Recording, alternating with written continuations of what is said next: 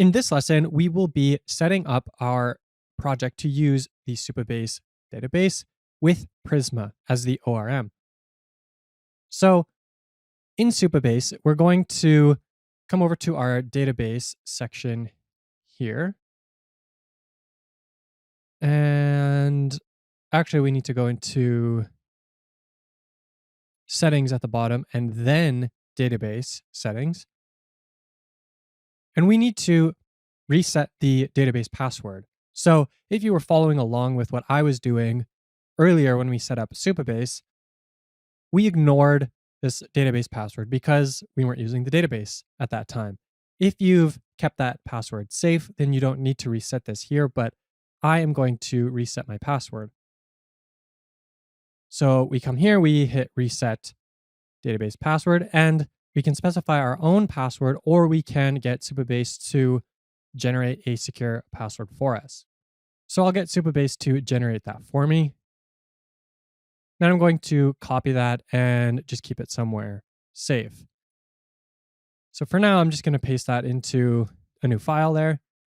And we hit reset and it will reset the password.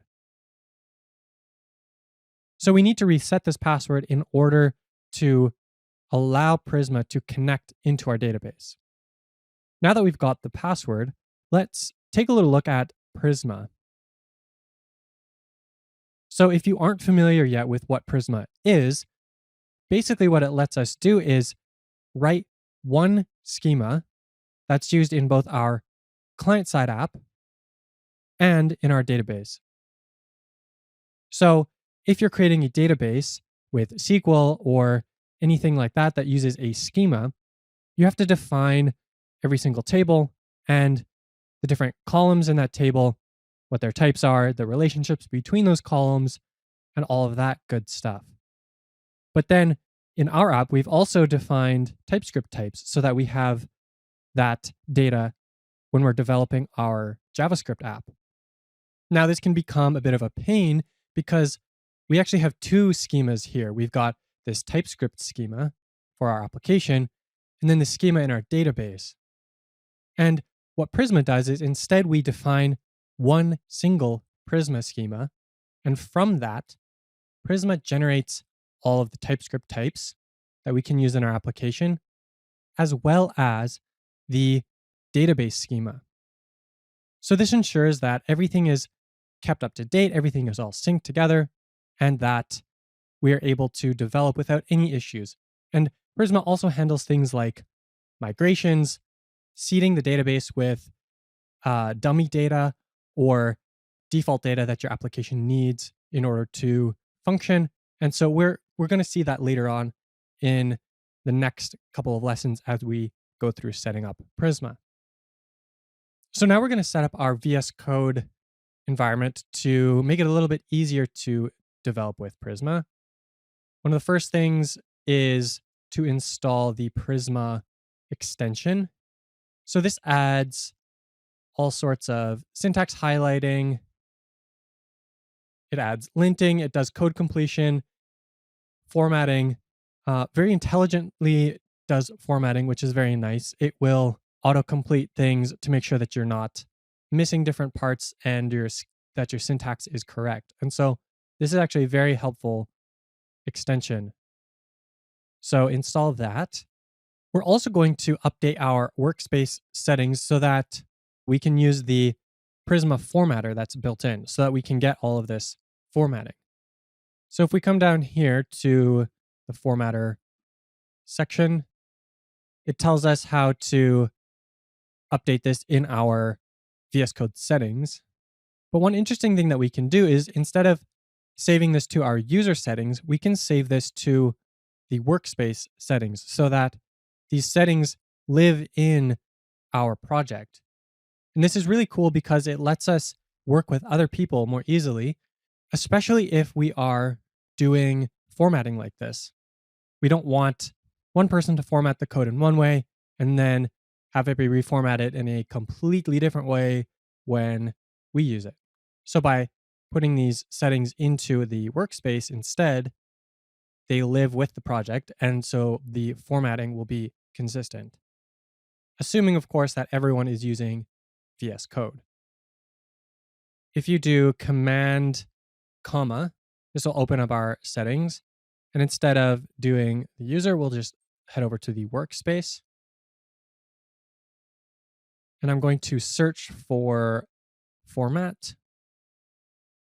And then I'll enable this format on save here. Now I also want to add in a custom section, and I need to have access to the underlying JSON file. So in order to do that, we can open up that JSON file.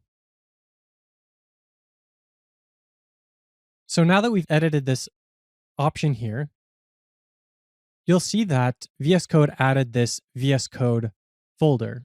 And inside of that is a settings.json. This JSON has the format on save option. So this will ensure that when we save a file, it will automatically format it. Then we'll need to add another option. And what this one is telling VS Code is that for Prisma files, we're going to set the default formatter to the Prisma formatter. So now when we edit our Prisma schema, it will use the Prisma formatter to tidy everything up for us nicely. So now we're going to set up our database URL environment variable. And this is where we will use that password that we saved just a moment ago. So in order to get that database URL, we'll have to go over to our Supabase settings here. And when we scroll down, we see that we get the connection string here with a bunch of different options depending on how we're connecting to it. But you'll also see that below that is this connection pooling section here.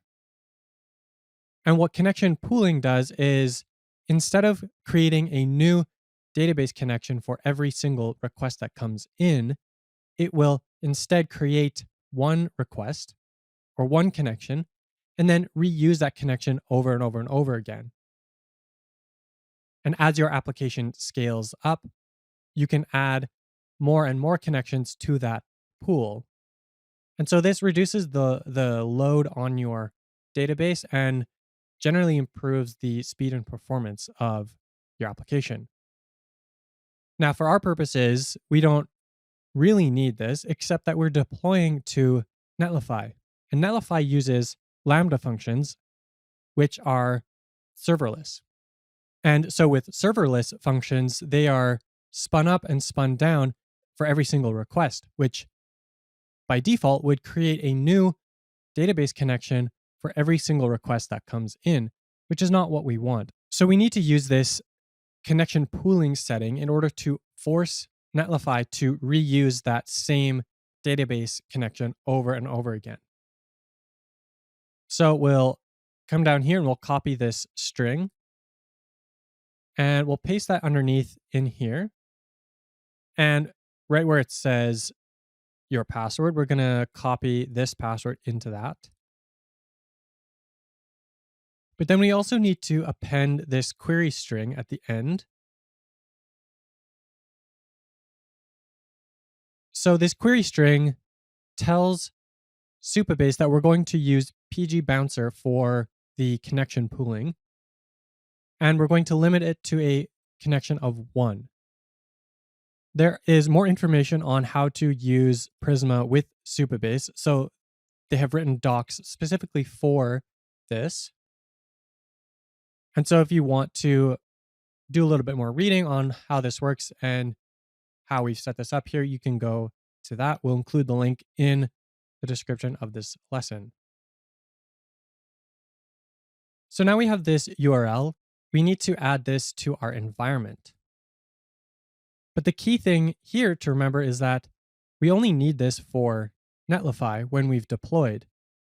When we're developing locally, we don't need this connection pooling.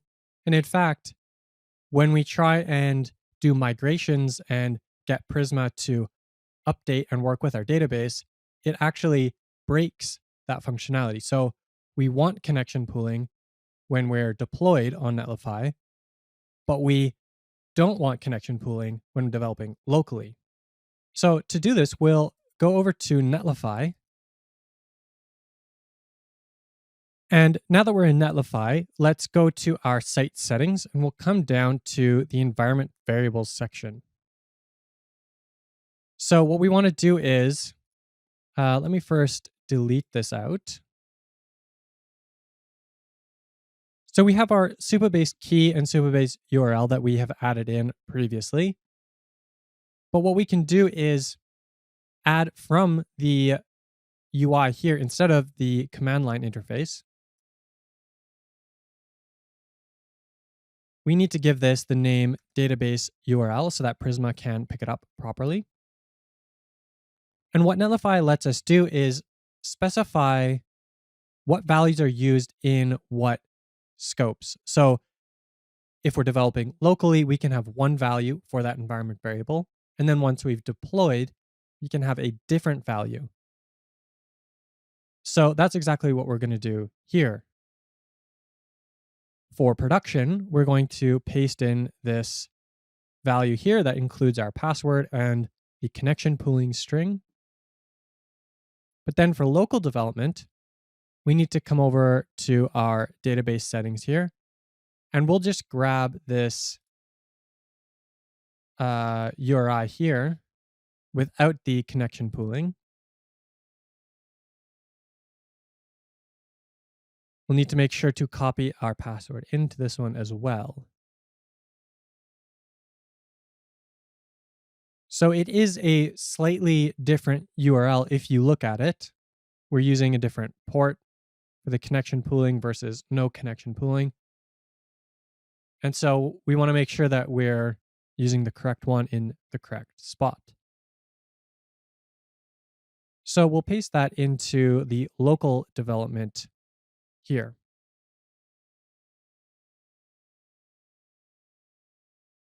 If we take a look here, we can see that we have our production value set and our local development value set, but no value set for deploy previews or branch deploys. So I need to go and fix that because we want to be able to preview our deploys as well.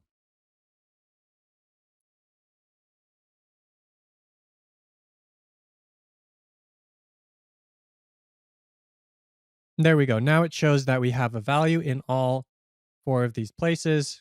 We've got 2 different values in 4 deploy contexts. So we're good to go. Except we don't have that database URL in our .env file yet. So if I'll come over here, we can see that all we have currently is the Supabase stuff. So one way that we can get this variable in is by copying and pasting since we have it over here. But normally we would not have access to these variables. They would only live in Netlify because we want that single source of truth that's going to be password protected and going to keep our secrets nice and safe. So one way that we can get them is using the Netlify CLI tool. So if we run this netlify env command, you'll see that we also have this get. And so if we do database URL, then we can grab the value that we have set here. And notice that this is missing that connection pooling string because Netlify is going to pull only the local development one, as you would expect. So now we can grab this environment variable here, and we'll add it into our environment variable. And with that, we have done all of the boilerplate setup that we need in order to start working with Prisma, which is what we will tackle in the next lesson.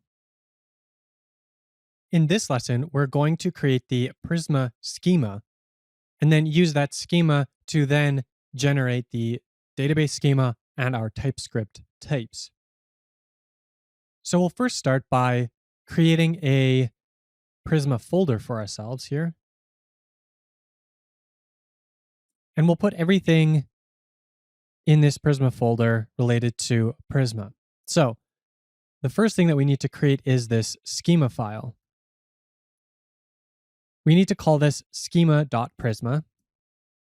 And once we've got that, then we can begin setting up our schema. The first two blocks have nothing to do with our app at all, or nothing to do with the types in our app, but rather are there in order to scaffold and configure our Prisma project. So the blocks are pretty self-explanatory. The first block is describing the database with the URL to that database, and then what type of database it is. In our case, a Postgres database. Then the next section describes what we will be using this Prisma types and schema with. So we need to put this in here because Prisma is actually able to generate clients for many different languages. So we can specify different providers for different languages in here if we wanted to generate clients for multiple languages. We're also able to add in some other options as well and do some configuration, which we don't need to do yet. So if you're on Apple Silicon, you might need to add the binary targets here to the generator so that it generates the correct type of client. And if you're using PNPM like I am, you'll need to specify the output for this client.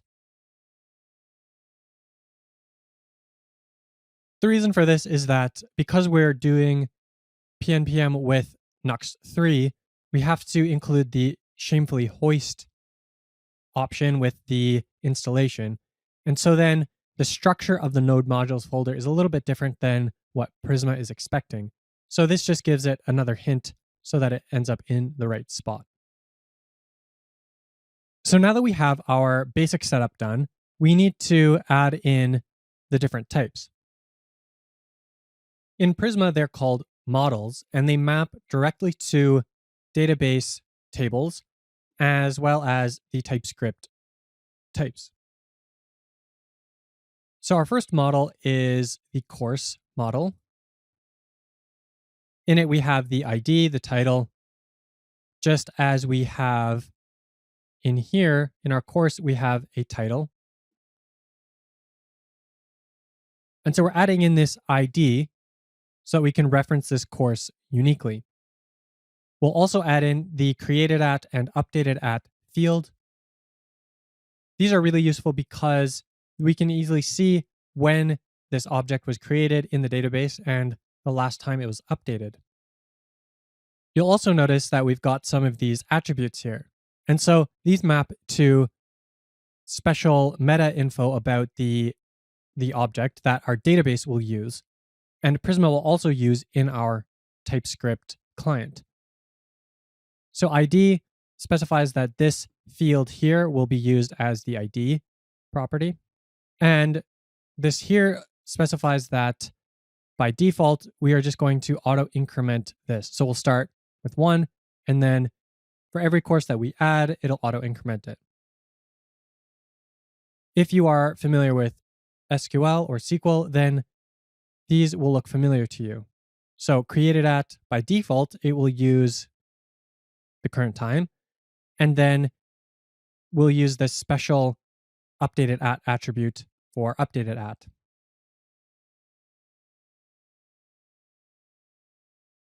Our chapter model is very similar. We've got the ID, we've got created at and updated at, as well as the different fields in our model. And lastly, we'll add in our lesson. Now this one has a few more fields, but the format is the same as the other ones. The only interesting thing to note here is that this string here is optional. So we have this question mark, just like we would see in TypeScript. That question mark lets us denote that this field is optional. So if we come back to our course file here where we define the different types, you can see that this maps pretty closely to what we have got here. The only difference is that with our course, we have chapters, which includes the chapter type. We have lessons, which includes the lesson type. And so what we need to do next is to define the relationships between these different models. So in our SQL database, we would be able to define relationships using foreign keys that reference the ID of other tables in the database. In Prisma, these are called relations, and we can define them by using these attributes. The only difference here in Prisma is that we need to define that attribute on both models, whereas in a database, depending on what the relationship is between the two tables, you may only need to define it in one table. So if we wanted to add the lesson relation to our chapter, we could add this lessons here. At first, it gives us an error, but then when we save it, it will actually auto update. And we didn't see this because it was scrolled below out of view here, but it adds in this chapter and chapter ID field. And so what this is saying is that every lesson has a chapter, and we'll include the chapter ID in the lesson table. Now, up till now, we've been sort of thinking about it as each course has a bunch of chapters and each chapter has a bunch of lessons. But saying that a lesson belongs to a chapter is the opposite way or inverse way of saying that a chapter has many lessons. And so that's exactly what this database is doing, in that each lesson has a field on it that specifies which chapter it belongs to. In our database, there is no field for this lessons here. In addition, this chapter object here does not exist in our database. This is just a Prisma thing. So this lessons here is just for Prisma, and this chapter object here is also just for Prisma. And this relation attribute, what it's doing here is saying that this chapter ID field here references the ID on our chapter, so that we know that this chapter here is actually linked to this ID. And so in that way, in our database, every single lesson object will include a chapter ID that links to a specific chapter that it is a part of. And then when Prisma fetches that data, it can tell which chapter each lesson is a part of. And it can also do some really nice things for us, that instead of requiring us to figure out and put this data together, when we grab a lesson object, we'll also be able to grab the chapter object. And so that's why this is here. This is only a Prisma thing, but it's there because it makes our lives a little bit easier.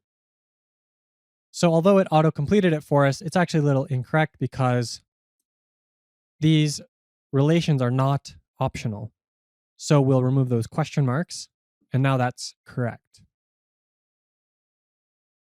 And we have only one other relationship that we need to add in, and that is from the course to the chapter.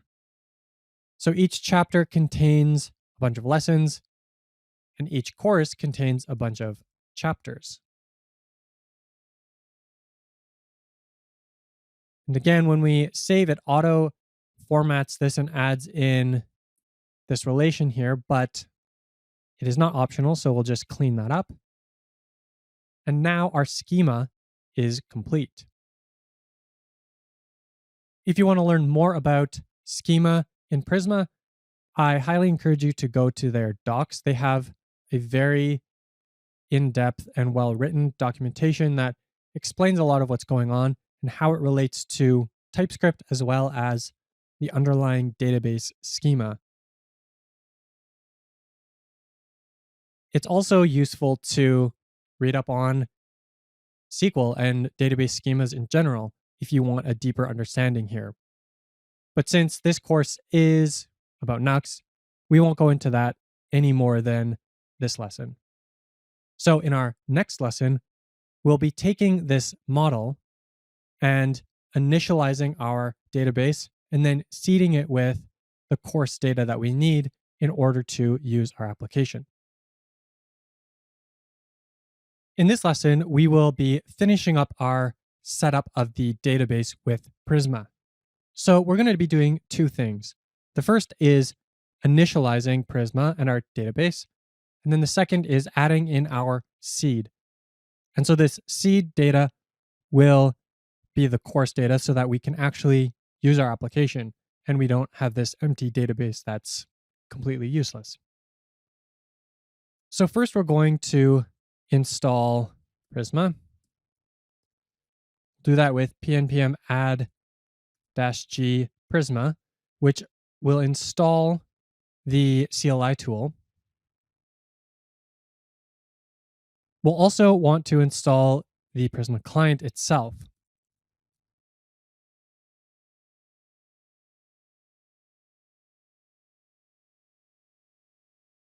Now, what Prisma does is actually pretty interesting. So instead of installing a client that everyone uses, what it actually does is it takes this client that we just installed, and with the CLI tool, it will go through our schema and generate a custom client library. And this library includes all the different types that we have so that it's developed specifically for our application. So if I run Prisma generate, then we can see that it has generated our client to this location here where we asked it to in our schema here.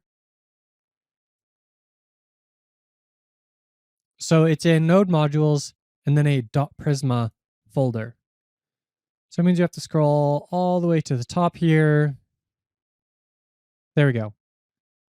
It just wasn't scrolling up. That's what I was missing. So here we are in our .prisma/client folder.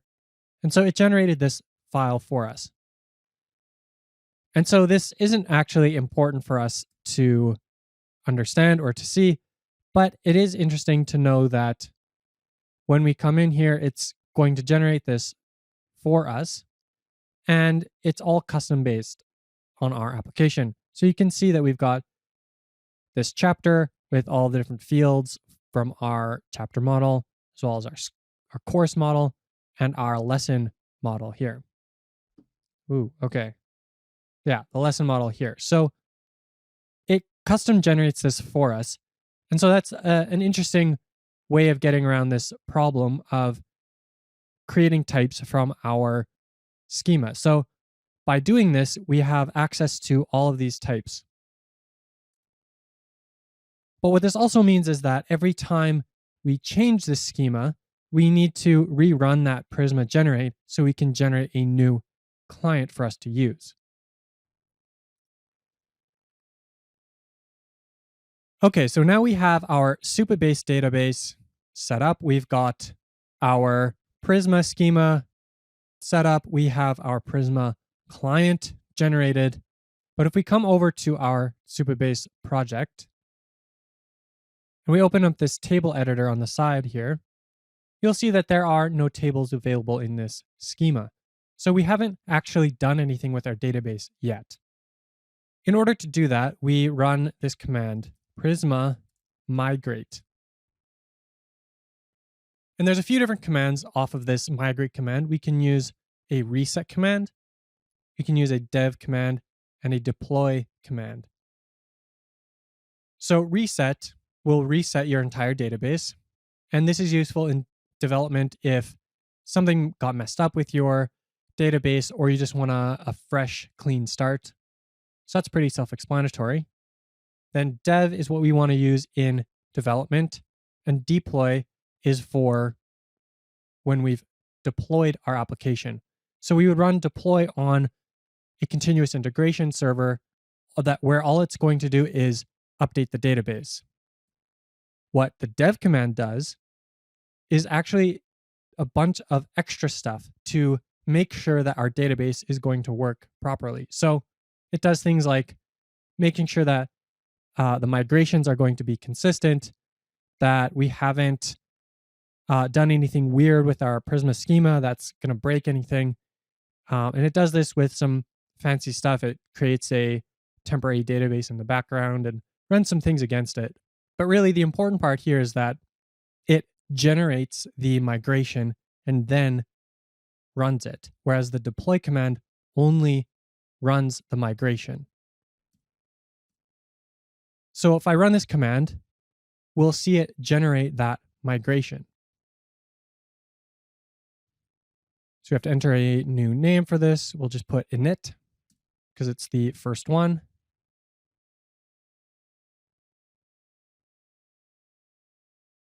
And it tells us that it's created this migration in migrations folder. So if we come over here to our file explorer, we can see that it has created this migration. So what is a migration? Well, it's a SQL file here. It's a SQL file that contains all of the instructions to run against the database. So you can think of migrations as git commits for your database. It keeps everything in sync. And if you need to reset your database or do any changes to it, it keeps track of that in a really straightforward way.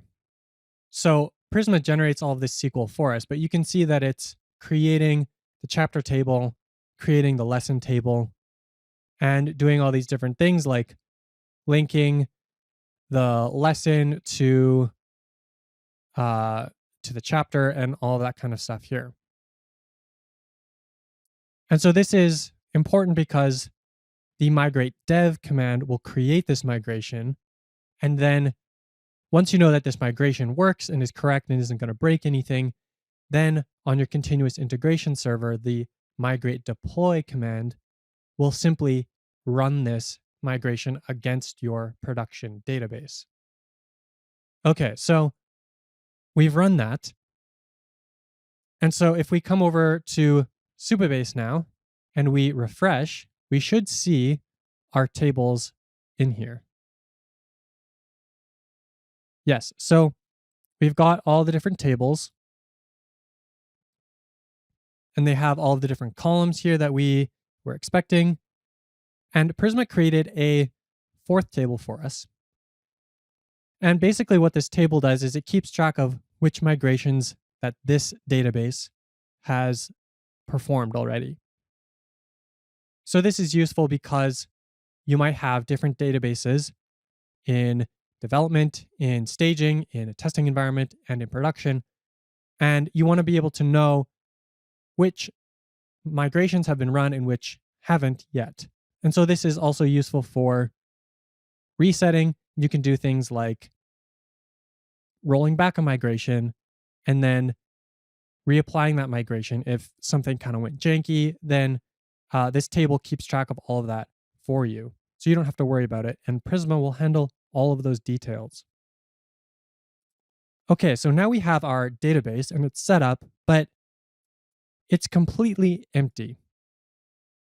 Obviously, this is not helpful to us because we need data in our database if we're going to use it at all.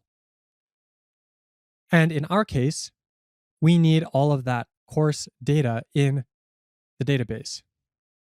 In other applications, you might have default data in the same way, or you might just want to have some dummy data in this database for development purposes so that when you spin up a new dev environment, you have some data to work with so you can start playing around with the application and developing it. Prisma makes this really easy, and it has a seed feature built into it. So basically, we need to add this field here to our package.json, and then we create a script that will then be run by Prisma. And this script will use the Prisma client to add data to the database. Then Prisma will automatically run this seed function or this seed script whenever we reset the database or initialize it or anything where we might need that seed data. So we're going to create our seed file in the Prisma folder. So we'll call it seed.js. And this basic function here, what we're doing is we're going to call this seed function, which is an asynchronous function. We're going to wrap this in a disconnect so that once this is done, or if it errors, we're going to disconnect from Prisma. And then we'll use the Prisma client in this seed function in order to generate all of that data and add it into our database. In order to generate data, you can use a library like Faker.js here, which gives you a whole ton of different objects that you can randomly generate addresses or images or different kinds of animals. You can randomly populate colors, all sorts of things. Basically, anything you can imagine is in here. And this is great for dummy data in tests or to just get something to use in your application so you can, start working with it. In our case, though, we actually have something a lot easier, and that is this course data.json that we actually have been using so far.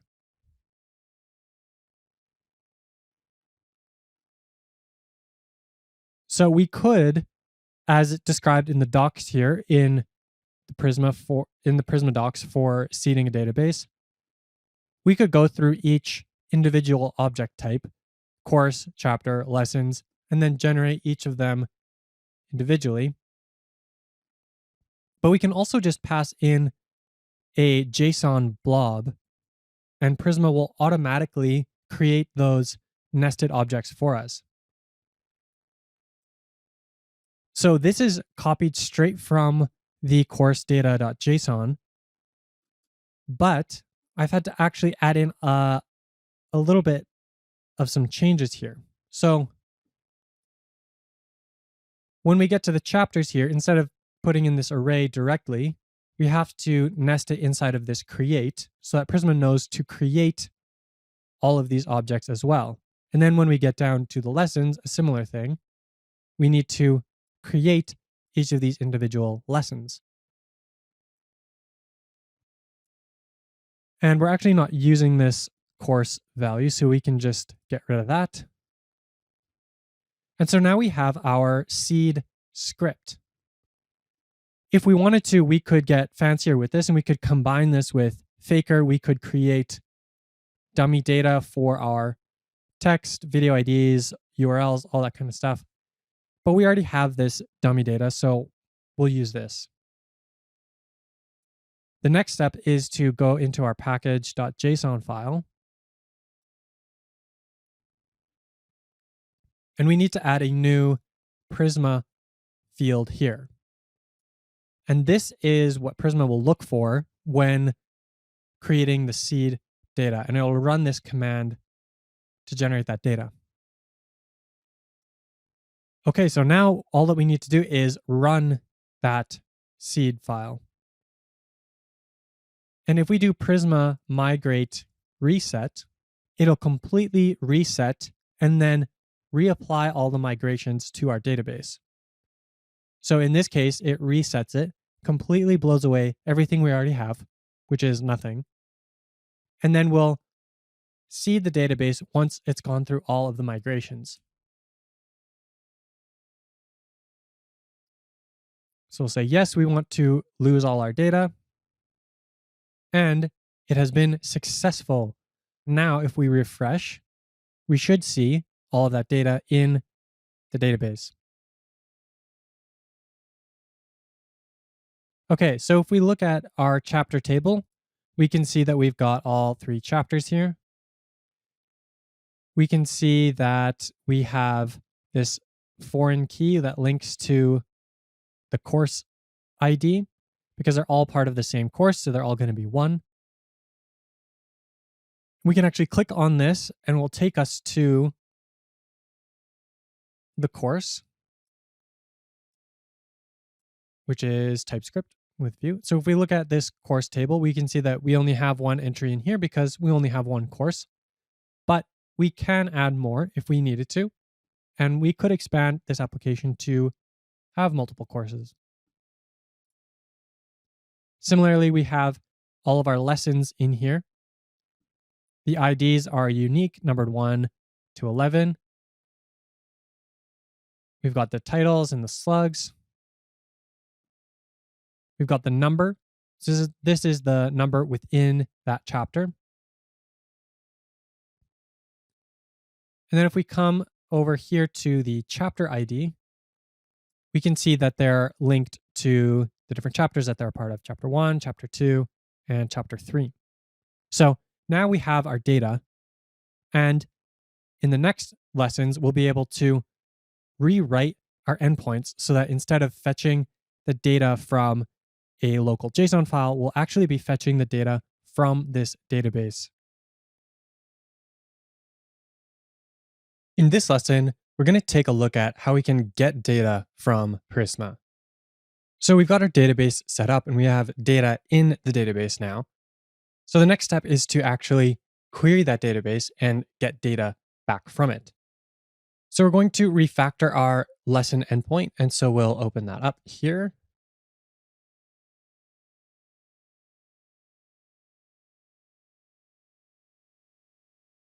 And we don't actually need most of this.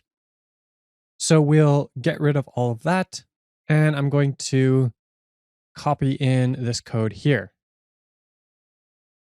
So our new endpoint, we import the Prisma client. Then we create a new version of that client. And then inside of our event handler, we're going to grab this chapter slug and lesson slug, which we don't need quite yet, but we will in just a moment. And just to test it out and see that it works, we're going to first find that first lesson. So whichever lesson shows up in the database first, we're going to grab that. So to see these requests, we're going to come back to our hopscotch. Going to open up our mastering next folder here. Lesson and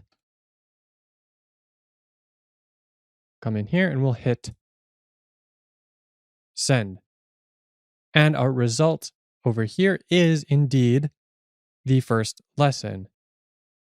And you know that it came from our Supabase database because we can see the created at, updated at fields, as well as the chapter ID and this ID here, which are not part of the JSON file. And we're not including the JSON file in here at all either. So that's just one method that we get off of this prisma.lesson object. And there are many, many more. So let's take a look at the documentation for Prisma. And you can see here that we have a lot of different CRUD methods for create, read, update, and delete. If you can see here on the side, you can see we've got a lot of different options for querying our data. We can create a single record or multiple at the same time. We can get by the unique ID. We can get all things in a database table. We can filter based on different queries. We can do all sorts of different things. We can select different subset of fields. We're going to go through a bunch of these different things. So we can update, we can also delete. So that's important to know. So the next thing we're going to look at is this find many. And as you would expect, when we query that, it's just going to return all of the lessons. If we want to be a little bit more specific on which we want, we can use this where clause. And let's say We'll put in chapter slug, chapter slug. If we capitalize that, then that's what we need to get that type to work correctly. So we save that and we'll run this again. And what we get are actually just 3 lessons. And these 3 lessons are all part of this first chapter. So in this way, we're able to filter which lessons we get, which objects we are returned from this endpoint. And if all we need is a certain subset of that data, we can put on this select clause. In this case, we're going to just grab the slug of each lesson.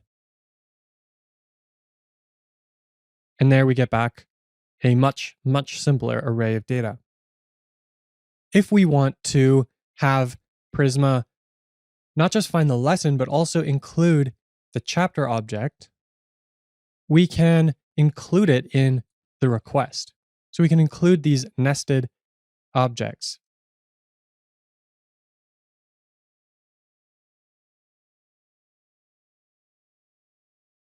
So if I run this,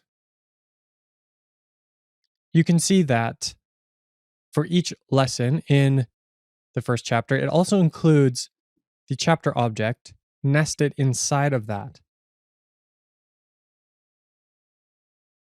Now, for this particular query, this doesn't really make a lot of sense because we're just repeating this data. But if we change this to find first, for example, then instead of making multiple queries to fetch the lesson and then fetch the chapter, we can do it all in one single request.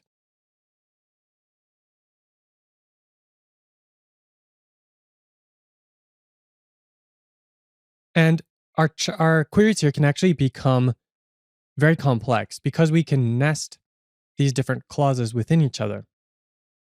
So if we want to include, let's keep this first query here. If we wanted to include the chapter, but we didn't want all this extra data, if all we wanted were the slug and the title of this chapter, we could change this Boolean to an object and put in a select clause that we just saw, set slug to true,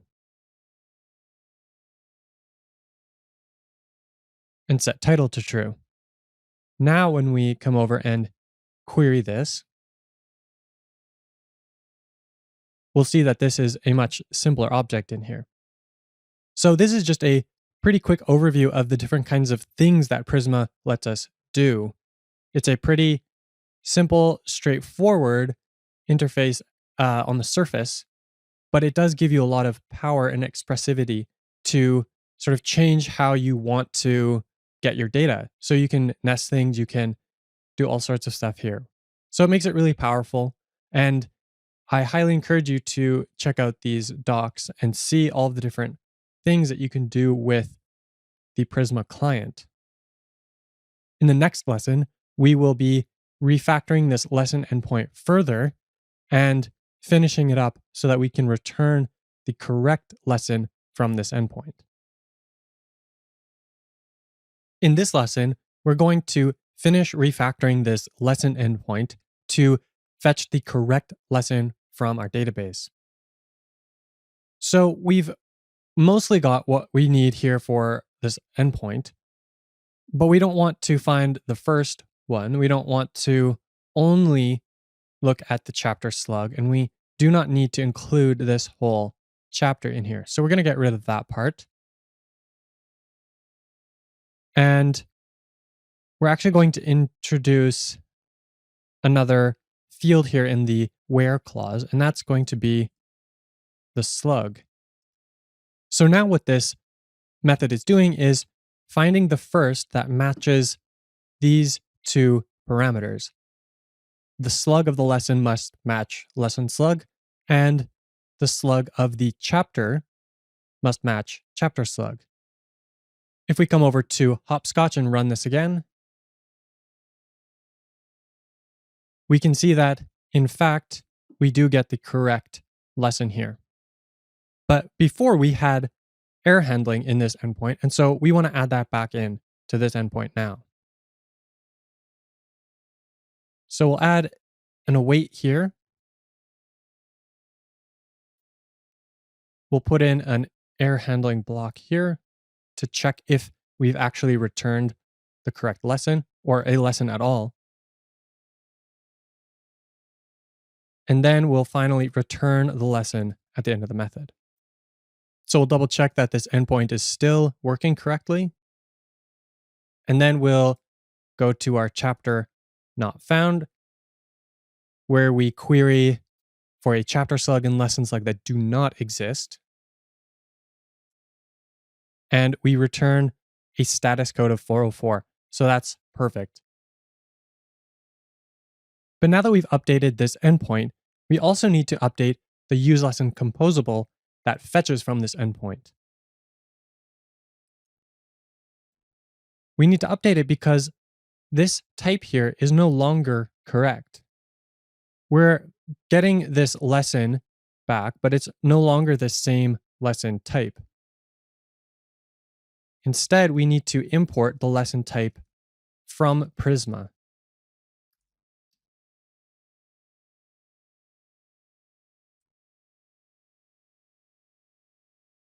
But one thing that we are missing now is that this endpoint does not return the path that this lesson has. So before we were adding the path on, because we're not saving it in the database, and it is missing from this object. So we need to go and add that on right now. So we'll come back to this lesson slug here, and at the end, we'll add this in.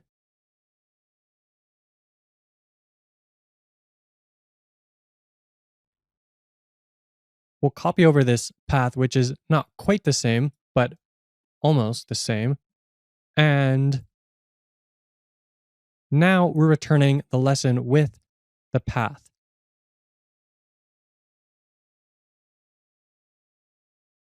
But this presents an issue to us because this lesson type here that we get back from Prisma does not have a path on it. So we're going to go back into our course types file here where we've defined all of these different types. And we're going to redefine what this lesson with path type is.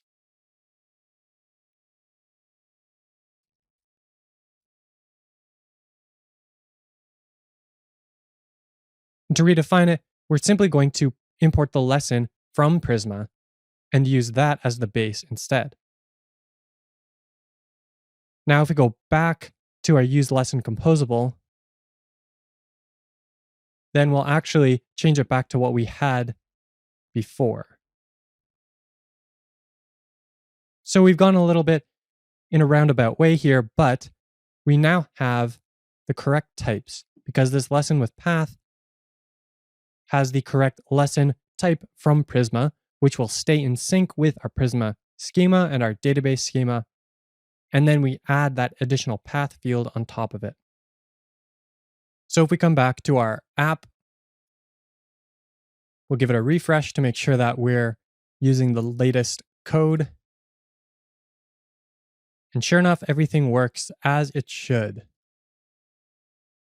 So in this lesson, we finished refactoring our useLesson endpoint to get data from Supabase through the Prisma client.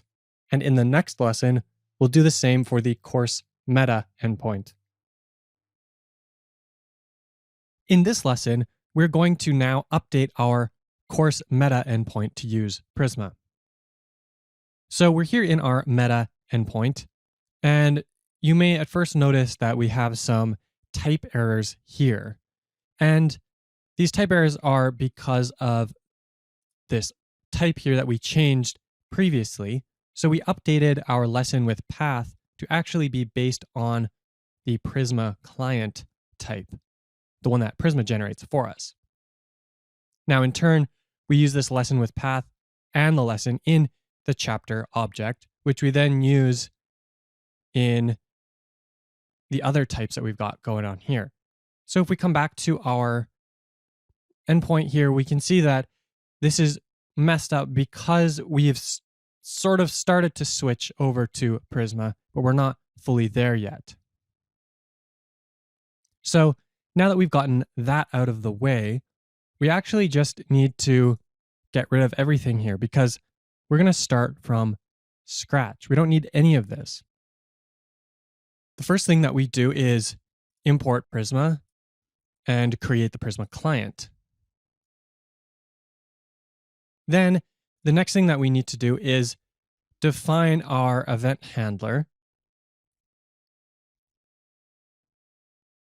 And so we're going to start with just finding the very first course that is in our database. Now, for us right now, this is the only course that's in our database. But eventually, if we added more and more courses, this would be incorrect because we'd only be able to get that first course. So what we're doing here in this call is we're using the find first method to grab the first object. And then we're going to use this include keyword, and we're going to do it twice. We're going to include all of the chapters, and then within those chapters, we're going to include all of the lessons.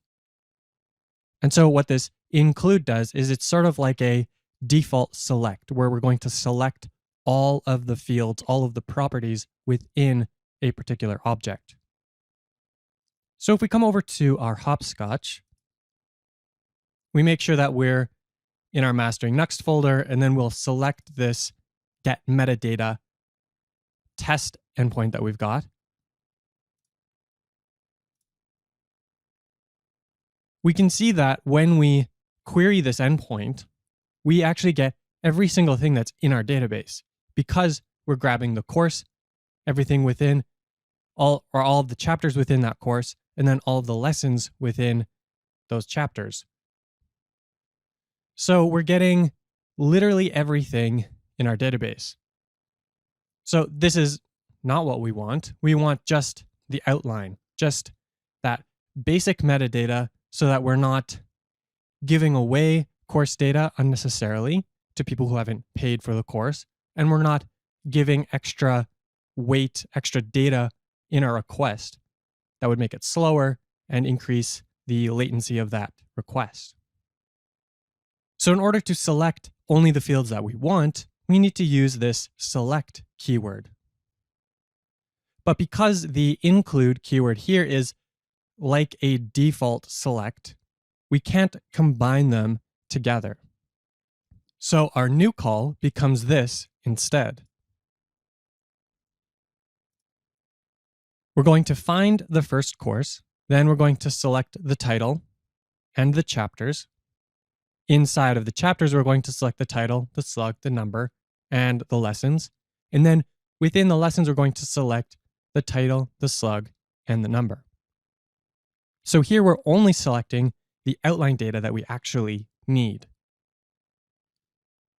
So if I make this request again, we can see that we've now stripped down the amount of data that we're sending over the wire. However, we have two issues here with this code, and the first one is pretty obvious in that this code is really hard to understand. It's a big steaming mess of indentation and curly braces everywhere. And the second is that we don't have a good type to represent this course outline. So we need to remedy that. Luckily, Prisma comes with an ability to generate complex types based on how we're actually querying our database. So Prisma will generate the basic default types that we've seen before, like our lesson type, our course type, and so on. But it also comes with some functions and utilities so that we can generate types based on queries. And so what we're going to do is we're going to actually break this out. We're going to sort of normalize this structure. Instead of having it be nested, we're going to pull each of these things into its own object so that we can then combine them together in a way that's much easier to read. But at the same time, we'll be using these Prisma validator types in order to keep these types in sync with our Prisma model so that if we update the schema in the future, these types will automatically update as well. And so we don't run into the same kinds of headaches that we might if we just define all of these types from scratch. So first, I'm just going to get rid of this entirely. And we'll start with our lesson type here. We'll import Prisma. And here you can see we're using the Prisma validator. And we're going to pass it in the generic type prisma.lessonArgs. And then the object that we pass into this validator function is simply this select query that we had before. We're going to select the title, the slug, and the number. And now that we've generated that object, we need to get the type out of it. So we'll use this line. We're going to export the type so that we can use it in other places in our application. And then we'll call this prisma.lessonGetPayload, which is a type utility. And if we pass in this generic type of lesson select, we'll be able to grab this type, pass it into here, and now we've got our lesson outline type. So this part seems a little tricky and a little syntax heavy, and there's lots of boilerplate going on. I'm not going to lie about that. But if you follow this, and you can look at the docs here as well, there's a whole section on advanced type safety. It's actually pretty straightforward if you just want to copy the docs straight off. And that's exactly what I've done here. Before we add in the other types, I do want to just explain my reasoning for exporting from this endpoint file and not from the course file that we have here. So previously we created this whole types folder where we put a bunch of these types in. And the reason that I'm not defining these types in this course file here is that we actually want to reuse this lesson select in the query itself. And so if both the type and the endpoint need this lesson select query here, then I made the decision to put all of that in the endpoint file itself instead of trying to import and export things between different files. This just made more sense to me, and you can feel free to disagree with me on that, but that's how I've done it here. So for our chapters, we'll follow the exact same pattern. In this case, we're going to select those fields, but then we're also going to select and include this lesson select from above. So we're avoiding that nesting, but we're still combining everything into a more sophisticated, more complex query. Finally, we have our course type, which again, we're going to select the title and then include those chapters in there. So now we have all of our types, and we've actually built up the query object that we need to pass in to our Prisma method. So the actual event handler becomes very straightforward for us. We're just going to take this course select, and you can see when we look at the type, it is actually that entire giant ugly JSON blob that we had before, or JavaScript object that we had before. But now we can avoid all of that because we've constructed this up slowly. So now we have our event handler redone in using Prisma. And we've got the right types for it as well. So we need to now update our use course composable. The only thing here is that we're no longer using this course meta type that we've defined ourselves, but instead using this generated type.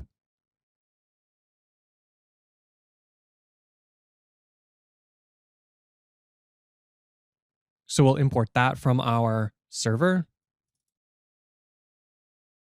and redo that there. And now, since we don't need that course meta type, we can come into this course types folder or file and delete everything else except for this lesson with path. And now the only type that we've defined ourselves in this file is based off of the generated types from Prisma. Our last and final step is deleting this course data JavaScript file. And with that, every piece of data in our application is now being served from the database. We're not getting anything from the local file system or bundling any JavaScript files that contain that data. We're getting everything from our Supabase database instance. But we do have one issue that we need to address, and that is authentication of our server routes. Our page routes have authentication so that you can only visit them if you've properly logged in. But our server routes do not have that yet, which is a problem because people can technically get that data if they knew the right endpoints. And so that is what we will tackle in the next lesson. In this lesson, we're going to look at how we can use authentication to protect our server routes. So let me go into Hopscotch here, and I've set up this one route here to get a protected lesson, or a lesson that should be protected, rather. If I hit send, then I can get all of the data for this lesson in chapter 2. So the path here, chapter, second lesson, should be protected because we're only giving away that first chapter for free. Yet, if I know the endpoint, I'm able to get that data even if I'm not logged in.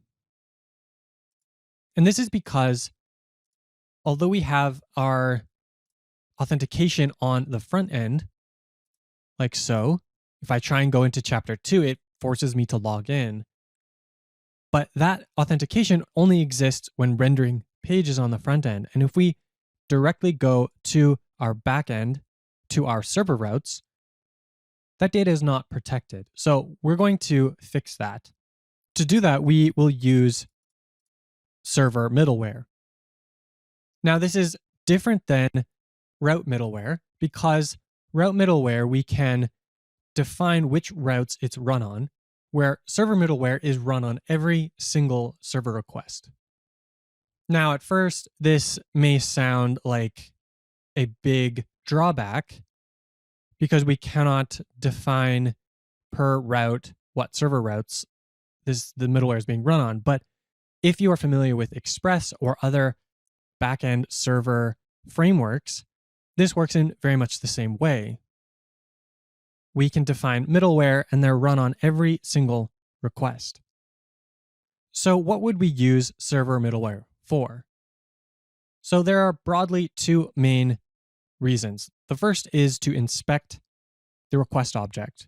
So we can inspect it to see, does this contain this type of header for authentication reasons, which is what we're going to be using it for, and potentially extending that request object, which is also what we're going to be doing. So we can use this for authentication. We can use this for telemetry if you want to record timing data to see how long different endpoints take.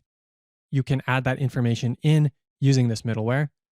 You can do logging. You can do error handling, all sorts of things. And if you really want it to be specific to a particular route, you could put that logic inside of the middleware itself and get it to check the route before it executes any logic. But there's another way that we can put it on specific routes, which we will be doing in this lesson. And the reason for that is that we have one endpoint, which is our lesson endpoint here, which we want to protect. But this course metadata endpoint, we actually don't want to protect because we need to be able to access this route even when we're not logged in. And so we'll show how to do that in the rest of this lesson. So all server middleware needs to be put into the server/middleware folder.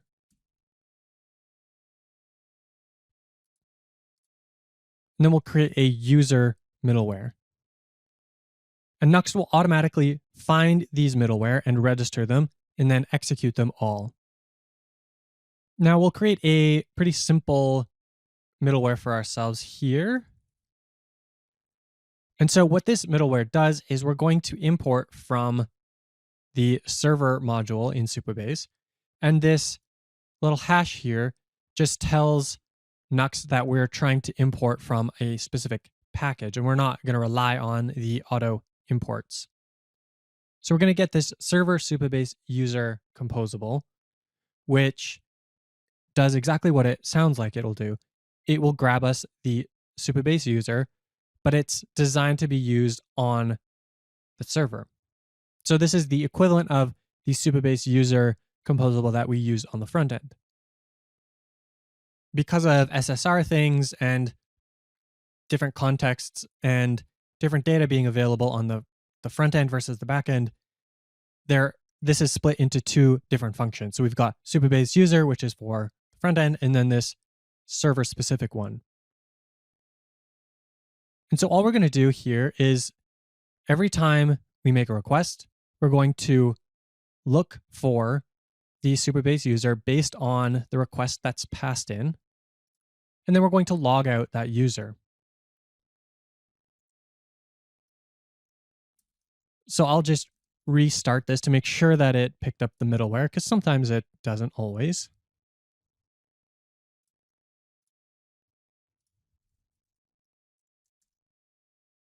And then if I go to this first page here, we can see we're just logging out null. And that's because we're not logged in. And so, of course, the user does not exist. If I go to a protected route and then I log in, now we see I am logged in, and now we see that logged out here is my user object. And so this contains all of the user metadata and all the other stuff that comes with that object. And similarly, if I go to our hopscotch here, if I hit send, you'll see that we get null every single time. That's because we're not logged in with hopscotch.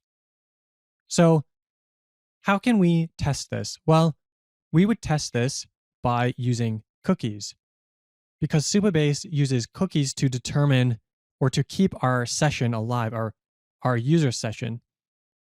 And it uses this cookie to get the user. And so that's what's happening here in this server Supabase user composable. We're passing in the event, and this event is the request that comes in. On that request are all the headers, which include the cookies. And from those cookies, it's able to pull out the user. So if we wanted to test this in Hopscotch, we'd have to pass in cookies along with our request. But unfortunately, because Hopscotch is a browser-based tool, it cannot add in cookies. And so that's a limitation of the browser. And there is an extension version that I believe has the ability to do this. Other tools that are not browser-based will be able to do this. But for right now, for us, this is a limitation. So we won't be testing the logged in route here. In order to do the authentication, instead of logging out the user, which doesn't really help us, we're going to add the user onto our event.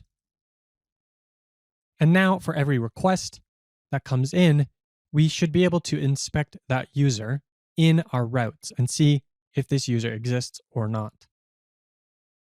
We're also going to create a simple utility function. So we're going to create a folder called utils. Inside of that folder, we'll create a file called protectroute.ts. And this utility, this composable utility, is pretty straightforward. What we're doing here is we're going to look at the context and we're going to check to see if that user exists. And if they don't, we'll throw a 401 error. So now we have these two pieces. We've got our middleware, which adds the user onto every single request. And then we've got this protect route composable, which will, if the user does not exist, will throw an error returning 401. For our specific use case here, this may seem a little over-engineered. You might want to put this use Supabase user composable straight inside of a composable like this. And you may not even need to put all of this logic into a protect route composable. It's only a few lines of code. So you could put this into every single endpoint that you want to protect and have custom logic there. And that totally works. My motivation here is to show you how you could use middleware in combination with a composable in order to do more complex logic and to break down these architecture into something that's a little bit more usable, where you've got a middleware that inspects and does something on every single request. And then you've got a composable that you can put in wherever you want in your endpoint logic that will then use that extra metadata that your middleware put. So now we need to actually use this protect route composable to protect our route. And so we'll go over to our lesson endpoint. And so at the very top of our event handler here, we'll add in the check that uses protect route. We'll also need to import protect route here.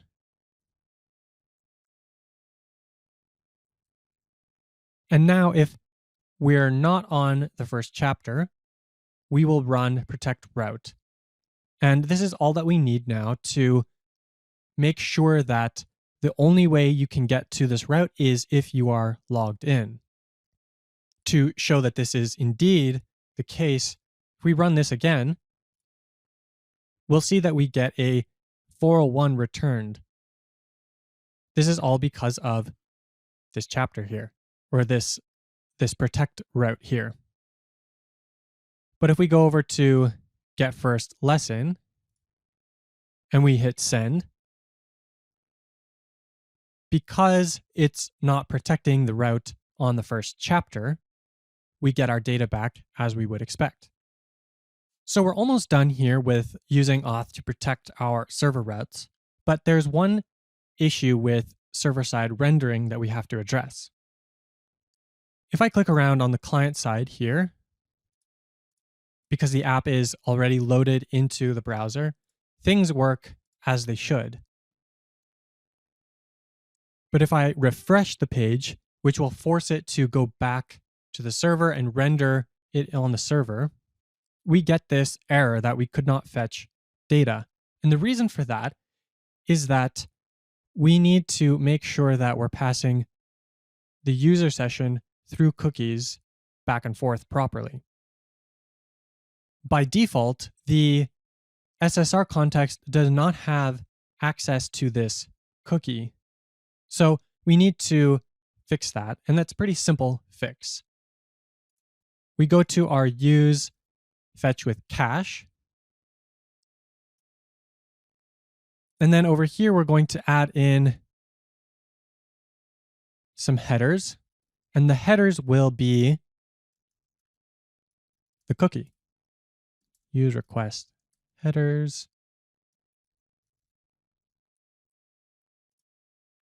And so what this does is when we're on the server side, we'll actually take the headers from the request that came in, which is causing the render to happen in the first place.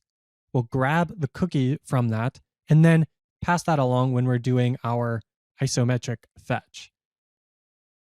So when we fetch on the client side, we have access to these cookies. By default, the browser will always pass these cookies along. But when we're on the server side, Nuxt does that fanciness where it will just call the method directly. But when we do that, that cookie is not present because it's just a method call. And so we need to make sure that Nuxt knows that we want to pass these headers along. So once we've done that, we refresh the page and we get all of our data as we expected. We can click around, it loads, and everything is working as it should. So in this lesson, we saw how we can use server middleware, and we saw how we can protect our routes using authentication. We also looked at a simple pattern for splitting things up and making it easy to do authentication and things like authentication on our server routes. We have a middleware that inspects the request and does something to that request. And then we have a separate composable that then works on that added metadata. In our next lesson, we will take a look at Nitro and H3, two important projects that are used heavily in Nuxt 3 and are important to understand in order to get the most out of Nuxt. So you may have noticed that we imported this H3 event type from H3, and that's because the server that Nuxt uses is Nitro, but Nitro uses H3 as its HTTP server. So if that's a little confusing to you, that's exactly why I've created this next lesson, which will explain all about Nitro and all about H3, how they work, why they exist, and why they're important. In this lesson, we're going to take a look at Nitro and H3. So throughout this course, and also in the docs and other places in your Nuxt app, you may have seen mention of Nitro or H3. It can be a little bit confusing to understand what they are and what they do and how they're useful to us when we're developing Nuxt applications. And so that's what we're going to dive into in this lesson. So in our Nuxt framework, we have Nitro, which is used internally by Nuxt. And in turn, Nitro uses H3 internally. So this gives you a better sense of the structure of what these packages are doing. At a very high level, H3 is responsible for HTTP requests. So when a GET request or a PUT request comes into your application, it is H3 that's responsible for running the server middleware and then the appropriate event handler.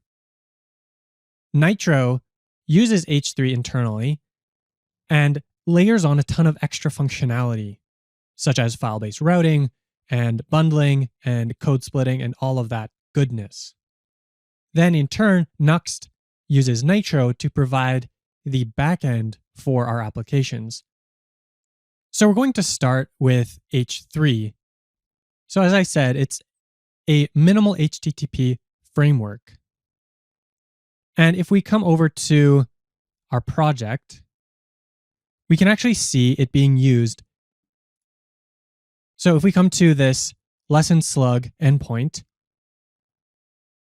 we define our event handler, and this is actually an H3 method where we define the H3 event handler. And the event that comes in that we are responding to is an H3 event. But what Nuxt is doing here is providing this to us and exposing this to us in a very simple way, so we don't have to really understand H3, But if we do understand H3, we can dig deeper into it and get more value out of it. If we look at our protect route server middleware, we'll also see that the type that we've used for this event here is an H3 event. And we've had to import this from the H3 package directly. If you've ever had experience with Express for building Node backends or Koa or other similar frameworks, you'll be quite familiar with how H3 works. The difference is that H3 is designed to be as minimal and as fast and as tree shakeable as possible, so we can build lightweight applications. H3 is also built so that it operates in a very similar way to the composition API. Although on the backend, we're not doing anything with reactivity because the request comes in, and once we run through the code, we return and exit out of that context. So reactivity doesn't really help us there. But the way that you write event handlers in H3 feels very similar to the composition API because of these composable-like utilities. And we haven't used very many of these yet, but in the next chapter, we'll actually see a bunch of these in action. So we have utilities like read body, which lets us read the body of the request, get query, set cookie, which lets us set the cookie on the response. So to give you a bit more context into how H3 works, I'm here on the GitHub page for it. And you can see that here's a basic example of setting up an event handler for this root endpoint.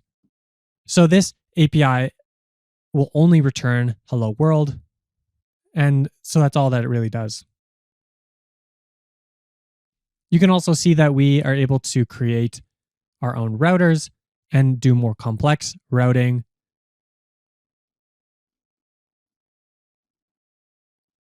We are lucky in that we don't have to write any of this code because Nitro writes this code for us, which we'll see in just a moment. Here we've got a list of all the different utilities that we have. And so you can see that we can write them in the very, very similar way to writing the composition API. So it feels like we're writing in the composition API.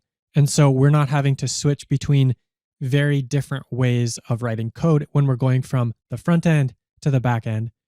And so the whole experience is a bit more cohesive because of that. If you want to dig deeper into how these work and their API, you can click over to the JS docs documentation.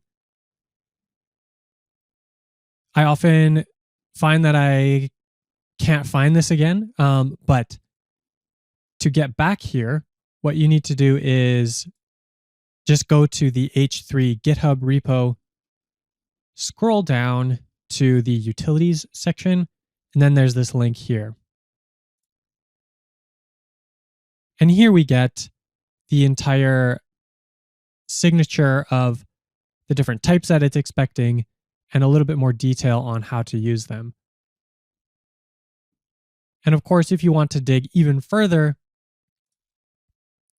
you can click right into the code and explore that further if you want.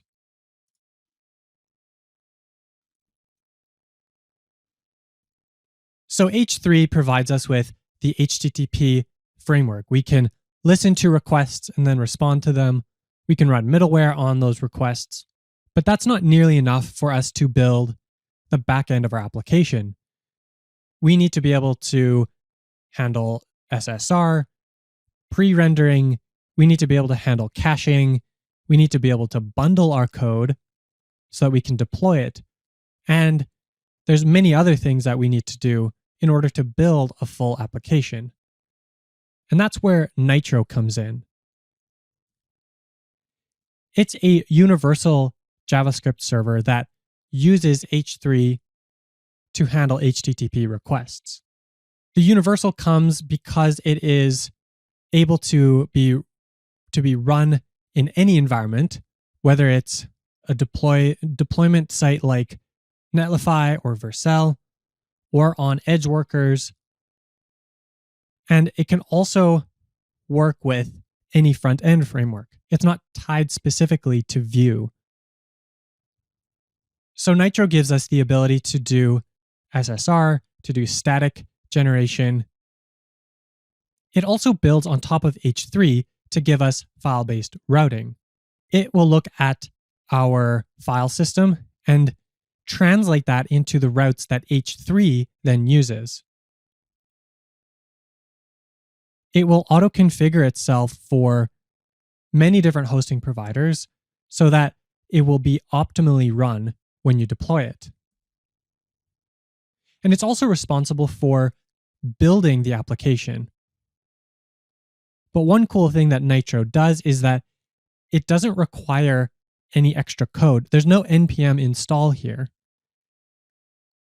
It bundles the server into one bundle of JavaScript that can be run on its own. It's entirely self-contained. It also deals with code splitting and will automatically do that for us based on our routes and any configuration that we have if we're using Vite or Webpack. It also adds on a storage layer so that we can access the file system, access a database, and uses this storage layer, among other things, to implement a caching system so that we can optimize our application's backend. So there's a lot of stuff that Nitro does, a lot of things that we haven't even covered in this course because it goes well beyond the fundamentals of building an application in Nuxt. But there's a lot of power here that you can leverage if you choose to dive into it. So here's the diagram from before, where we've got Nuxt that uses Nitro and Nitro that uses H3.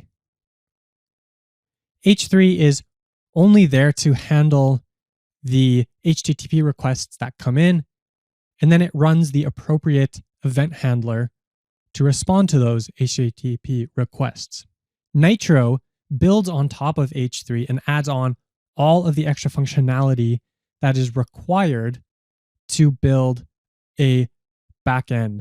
In turn, Nuxt uses Nitro, adds on all sorts of Vue-specific integrations and other functionality so that we get the framework that we know and love. One last thing that I wanted to mention is that Nitro and H3 are these standalone packages that are actually part of a wider project called UnJS.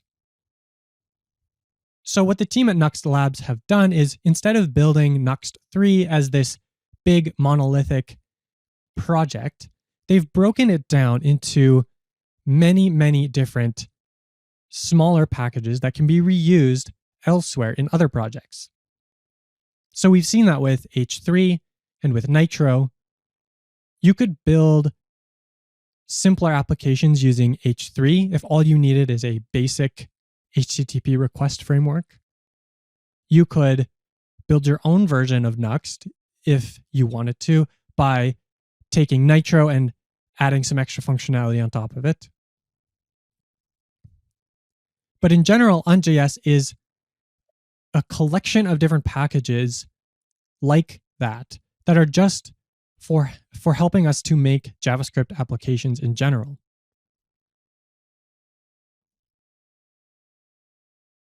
One package that we haven't looked at is the hookable package.